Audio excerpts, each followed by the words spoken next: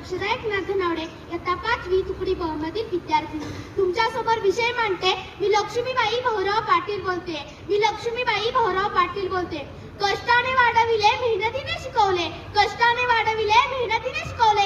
माऊली तूच आमचे आयुष्य घडविले, माऊली तूच आमचे आयुष्य घडविले। तुझ्या आठवणींना नवे बळ मिळते, तुझ्या आठवणींना नवे बळ मिळते।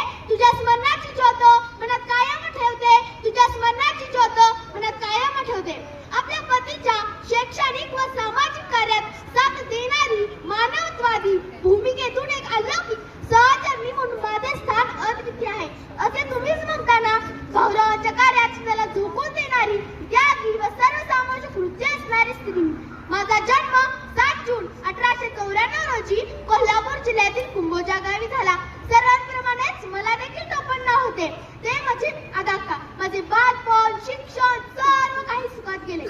पुढे 1919 मध्ये सातारा जिल्ह्यातील काले येथे रयत शिक्षण संस्थेची स्थापना झाली। माझे अथक प्रयत्न आणि निश्चित त्यागामुळे युल्याच्या रोपट्याचे वटवृक्षात रूपांतर झाले। अहो एकेकाळी मी सनातन वातावरणात वाढलेली भाऊरावांच्या कार्यात इतके एकरूप झाले की माझ्या स्वतःची 3 मुले आणि वसतिगृहातील मुले यांच्यात मी कधीच भेदभाव केला नाही। एकदा आमच्या घरी पाहुणे मंडळी आली होती। सर्वजण जेवायला बसले। त्या पाहुणे मंडळींनी माझ्या सासऱ्यांना म्हणजेच पायगोंडा पाटलांना विचारलं, काय हो तुमचा चिरंजीव भाऊराव काय काम करतो? त्यावर त्यांनी उत्तर दिलं, काही नाही हो, 2 वेळचं खातो आणि गावभर हिंडतो। काही नाही हो, 2 वेळचं खातो आणि गावभर हिंडतो। हे एकदाच माझे अश्रू अनावर झाले आणि मी जेवण वाढत असताना अश्रूंचे 2 थेंब भाऊरावांच्या हातावर पडले। माझे अश्रू भाऊरावांना बघवले नाहीत, माझे अश्रू भाऊरावांना बघवले नाहीत। भाऊराव तडक उठले आणि घराबाहेर पडले। भाऊराव तडक उठले आणि घराबाहेर पडले। खरं तर येथूनच त्यांच्या कार्यास सुरुवात झाली असावी, खरं तर येथूनच त्यांच्या कार्यास सुरुवात झाली असावी। स्त्री साथीचे अश्रू अधिशक्ती असतात असे म्हटले जाते ना, स्त्री साथीचे अश्रू अधिशक्ती असतात असे म्हटले जाते ना।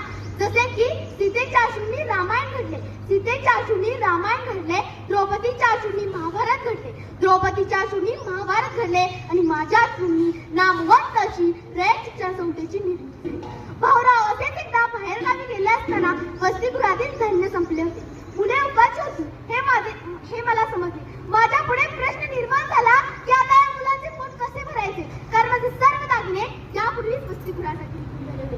राहिला होता तो फक्त एकच दागिना की जो सर्व स्त्रियांप्रमाणे मला देखील प्रिय होता, ते म्हणजे माझे मंगळसूत्र। पण मी भुकेली मुले पाहून माझे मंगळसूत्र सेक्रेटरी जवळ गहाण ठेवण्यासाठी दिले, परंतु गहाण ठेवलेले मंगळसूत्रही इतर दागिन्याप्रमाणे विकावे लागले। मित्रांनो, ही तर त्यागाची परिसीमा चुकली असे मला म्हणावेसे वाटते। असाच मला एक